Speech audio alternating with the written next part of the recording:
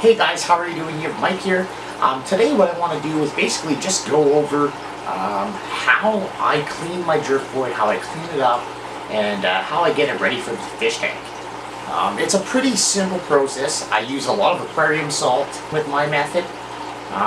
Basically what I do to start is I clean the wood out.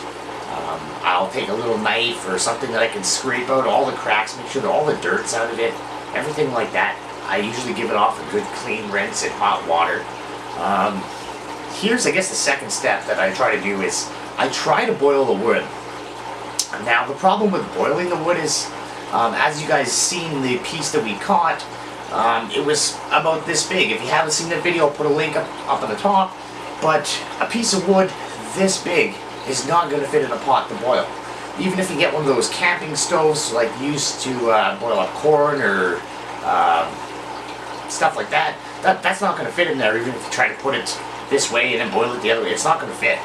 So for big pieces of wood like that, basically what you need is like a little kiddie pool, and I just do salt treatments at that point. There's not really too much else you can do with it. Like I said, if you can't boil it, what else are you going to do?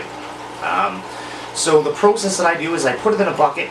Like you see here, I have all the wood in a bucket, and I pour in a ridiculous amount of salt, as you will see. I do this because I think it works better, and salt's only like $6 for a box, so that's not a big deal. So the process that I'm going to do this for is usually for about a month. I will have it in there for a month. Every week I will change the water in it.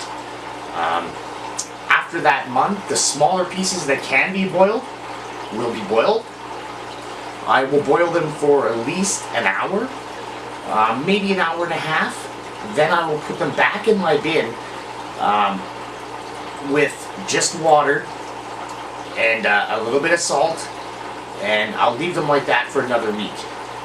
Then what I'll do is I'll put my water in again once I drain it all out after the week, and usually won't have any tannins in the water, or it's very little at that point.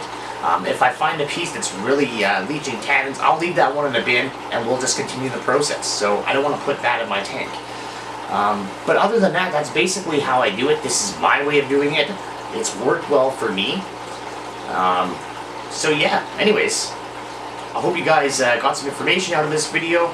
I do want to thank you guys very much for watching, and you guys have yourself a great day.